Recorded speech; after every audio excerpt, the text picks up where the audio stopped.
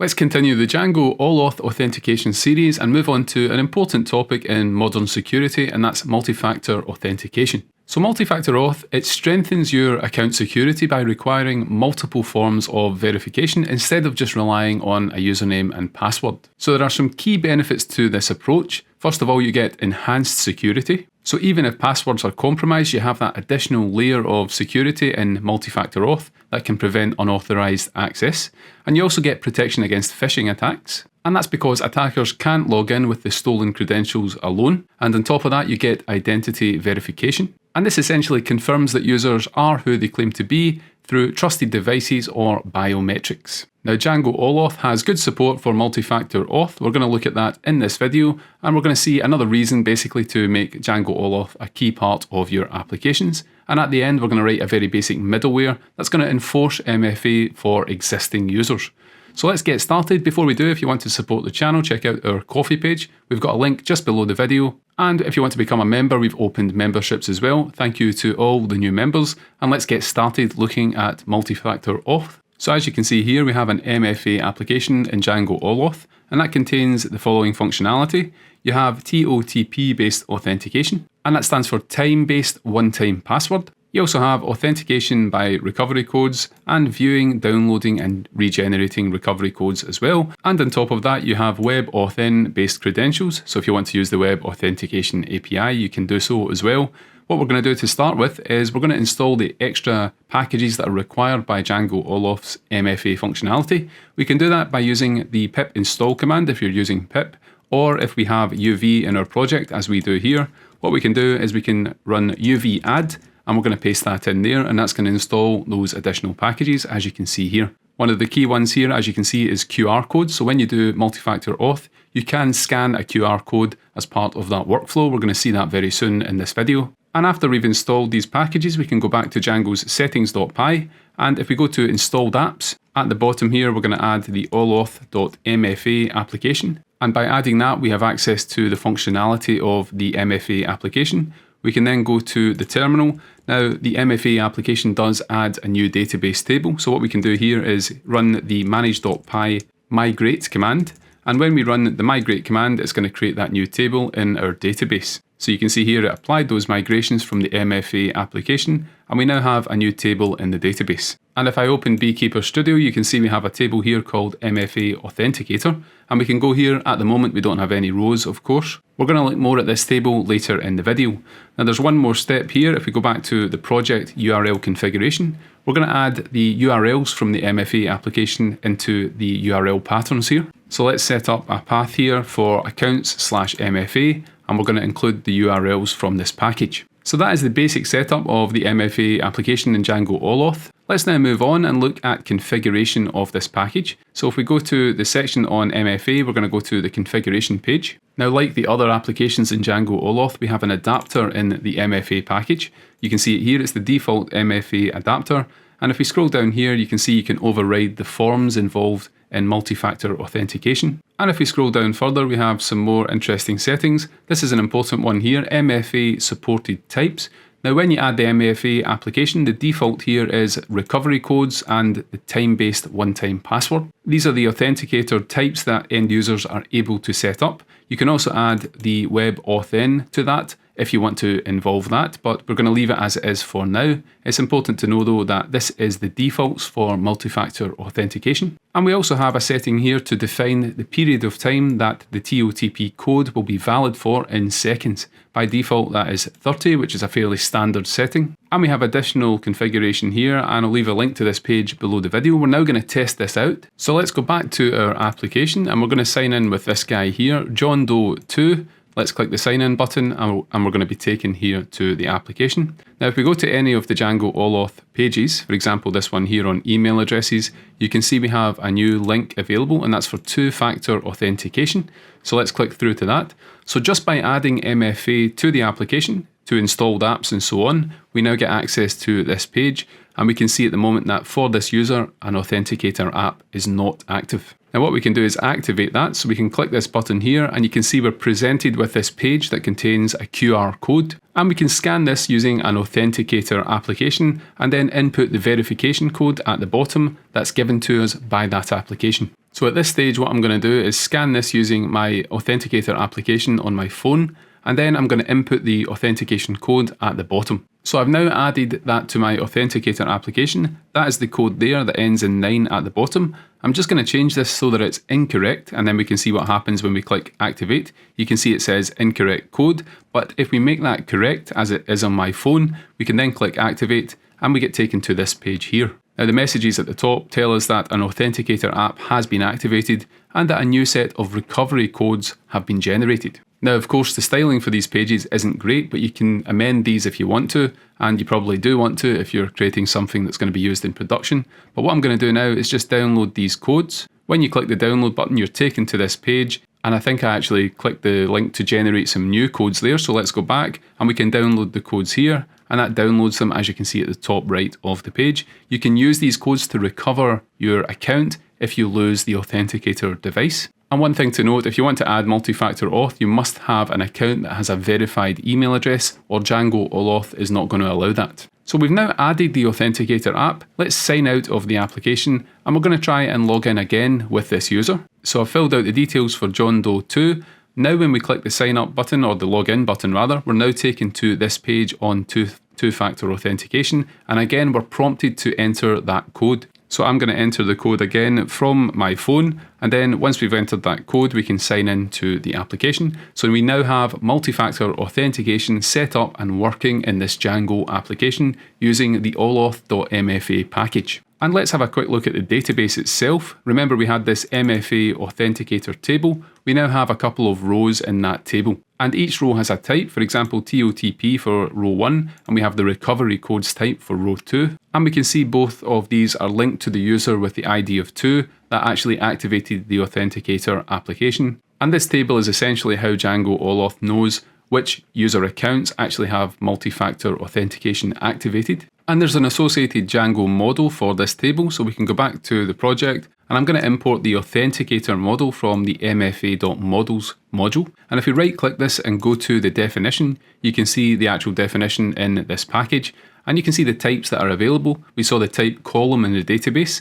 We have recovery codes and TOTP, but we also have WebAuthn as well. And we're going to make use of this model when we write a middleware in a second. So let's go back to settings.py and remove that import that we don't need. And let's take a quick look at the recovery codes aspect of this package. So let's say you have a night out, you might lose your phone, and you've lost the MFA Authenticator application, but you still need access to this web app. The recovery codes are going to give you a way to get back access even if you've lost the Authenticator application. So let's see how that works. If I log in here as John Doe 2, we can click the sign in button, and here we have the two-factor authentication page. Now I'm going to open the recovery codes that were downloaded here, and you can see these codes, and what we can do is use the code in here instead of the actual code from the application, because remember we lost that application on a night out. So now we can enter this and we can still log in, but what that means is that that particular recovery code cannot be used again. We still have these 9 codes that we can use, but we need to regenerate codes if we ever use all of these. And of course Django-allauth, if we go to the two-factor authentication page,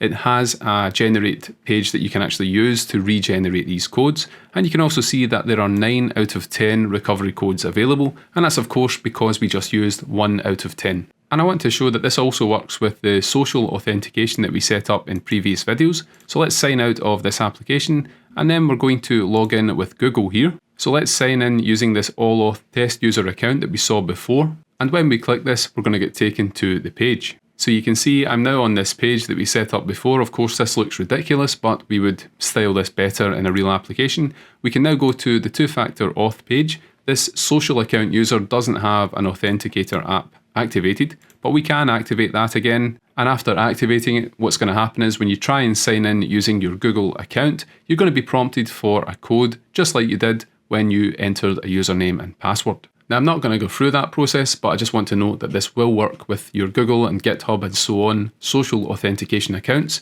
Let's now move on. What we're going to look at now is adding a middleware to the application. And the idea behind this is that we want to ensure that all users have to activate multi-factor authentication in this Django application. So remember, we've just added MFA. Currently, most users will have already signed up and they won't have multi-factor auth activated. So what we did is we logged in with existing users and we manually enabled 2FA. But what if you want to enforce that? One way to do it is potentially to use a middleware. So when a user logs into the application, if they don't have an authenticator app installed, we want to redirect them to this authentication page here to activate multi-factor authentication. Now we only want to do that if they don't already have an authenticator app activated. So we're going to see how to prevent them from accessing other pages in the application until they activate MFA. So we can write a middleware in Django for this. So let's go back to our project, and I've set up a middleware.py file, as you can see here, and we're going to write this MFA required middleware that's going to enforce MFA when our user logs into the app.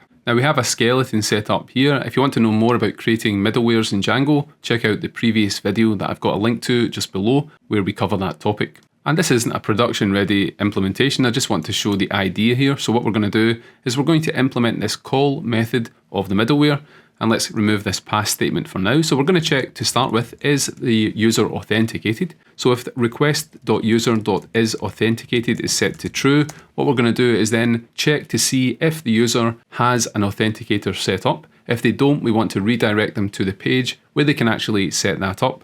Remember, Django middleware runs on every request, so we do want to check, for example, that the user is authenticated. So when they log into the application, we want to then redirect them if they don't have an authenticator set up. Now notice at the top we have imported this handy function from 𝗏𝗏𝗡.mfa.utils. It's the isMFA enabled function. We can use that to check if a user has actually enabled multi-factor authentication. And you can see this function actually takes the user as a parameter. So let's check if they do not have MFA enabled. So if not, is MFA enabled, and we'll pass in request.user into that function. If this evaluates to true, we know that the user has not set up multi-factor auth. And what we can do in that case is redirect the user. So we're going to return a redirect here, and it's the MFA index page from Django-allauth MFA package. We're going to redirect them to that page. Otherwise, if we don't have an authenticated user and they're just browsing the application, or if the user themselves has got MFA enabled, what we can do in that case is just process the request normally. So we can get a response by calling self.getResponse, and that's something we stored on the class instance in the init method. And once we have the response, we can just return that. So return response at the bottom of the middleware. Now this is not fully complete yet. I want to add some exceptions into this. So in the init method, what we're going to do is set up a list in Python called self.exemptURLs. And if I can spell that here, that's going to be a Python list. And there are some pages that when the user is authenticated, we want to allow them to access even if they've not set up multi-factor auth. So one of them is if we use the reverse function, of course, the MFA index page itself. So we want to make sure that the user can actually access the page where they need to set up multi-factor auth. Otherwise, this redirect is pointless because it's going to result in an infinite loop. And the reason for that is because if the user doesn't have MFA enabled, we're redirecting them to a page here that also requires authentication. And this process here is just going to keep repeating forever unless we add some exempt URLs here. So we're making sure the user can access the MFA index page when they have authenticated and logged into the application. And there's two more I want to access here, or two more I want to enable. So let's add this one here. It's the MFA activate TOTP. We need that to be available for users in order to actually activate their one-time password. And finally, the logout link, let's just add that as well. And that's the account logout URL. So we want to allow users to log out without redirecting them to a multi-factor page. And you can add many more exempt URLs if you want, but here are the ones that we have. How do we actually use these in the middleware? Now, after we check if the user is authenticated, what we're going to do here is get the path, and we can get that from the Django request object. So request.path.info, or rather path_info. Let's print that to the terminal so that we can actually see what this is. And then once we have the path, we can then check if it's exempt. So I'm going to set up a variable here called isExempt, and we're going to use the any built in Python. And we're going to check the path that we've extracted there, and we're going to see if it starts with a given URL. So let's pass in starts with URL. And we're going to do that for each URL in self.exempt URLs. So what this is doing here is it's taking the list of exempt URLs that we set up above, and we're checking if the path that we have for the incoming request starts with this URL. And we do that for each URL in exempt URLs. So for example, if the user is trying to access the MFA index page, this is going to evaluate to true in that case, and is exempt will evaluate to true. We can then check if it is exempt is true or if it's false. So we're only interested in redirecting the user to the MFA index page if the exemption does not occur. So in other words, if they try and access any other page that is not part of these URLs here, and you can change those to match whatever's in your application. So let's check if not is exempt. And in that case, we can tab over this section here. We basically only want to check if MFA is enabled and redirect the user if the URL in question that they're trying to access is not one of these exempt URLs. So I hope I've explained that well enough. But the effect of this middleware is essentially going to be to redirect any users that do not have multi-factor auth enabled to the page where they need to set that up when they log into the application. And we're nearly ready to test this out, but there's one more thing we need to do. We need to actually add the MFA required middleware to our Django middleware setting. So let's go to settings.py and scroll down to middleware. And I'm going to add the reference to this middleware after the authentication middleware that we have here. And don't forget the comma at the end of that because it's part of a list in Python. The reason we need to do it after the authentication middleware is because in our middleware, we're accessing request.user. This is a property added to the request object by the authentication middleware. So therefore, we need to make sure that we only add this custom middleware that we have after the authentication middleware. So if you add the MFA required middleware at the top, it's going to be the first middleware that's accessed when the request comes in. And it's not going to have access to request.user because that has not yet been added by the authentication middleware. And there's one last mistake that I've made in this application, and you can see it at the bottom here. If we go back to middleware here, we need to pass the request into self.getResponse. So don't forget to do that as well. And save this, we can now go back to the application. Now I'm going to try and sign into this application with John Doe 2. This is a user that does have MFA installed. And you can see that for this user, we're prompted for the code as normal, which we can then enter. And when we enter that code, we're taken to the application. Now let's log out here and we're going to try and sign in with a user that has not yet set up multi-factor authentication. So we've got John Doe number 8 in this case.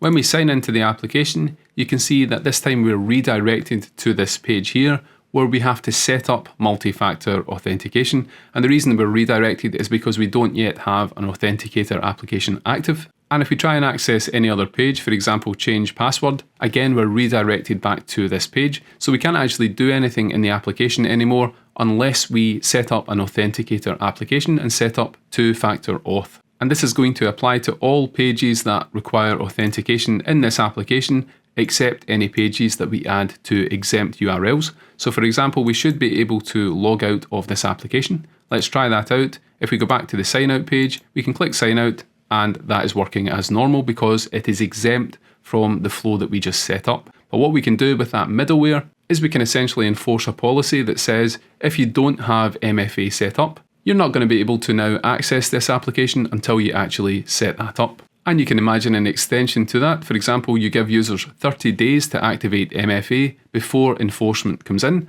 and that gives them some time to get ready and set that up properly. And you could store that date in your Django database, and you could compare times when the request comes in order to activate that and decide what to do at each request. So lots of possibilities and extensions we could do to this video. This is a basic example. And what I want to do just to finish the video is take a very quick look at WebAuthn in Django-allauth. So I'm on this page here and you can see that support for this is disabled by default. Now if you're wondering what this actually is, it's a passwordless authentication standard and it allows users to sign into websites and applications using a cryptographic key that's stored on a local device.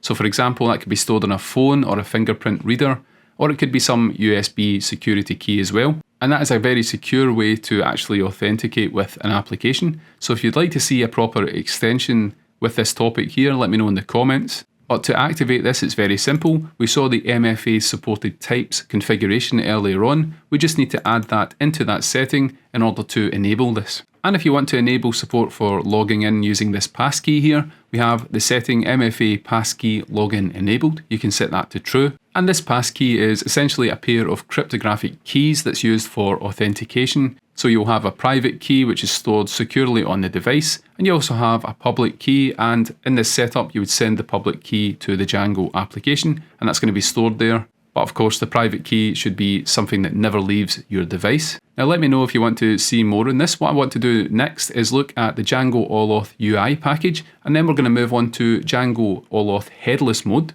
and how that can be used with single page applications like React and Vue and so on. And headless mode can also be used to enable authentication when you have mobile applications that are interfacing with Django. So we're going to look more at that in the upcoming videos. For now, that's all for this video. We've learned how to do multi-factor authentication in Django. If you want to support the channel and you're finding this content useful, check out our Ko-fi page just below the video. And if you want to learn how to build interactive applications using Django and HTMX, including apps that use Django channels, check out our recently released Udemy course. And thank you very much to everyone who has bought that course. It's greatly appreciated, and thank you for the feedback. So thanks again for watching this video, and we'll see you soon in the next video.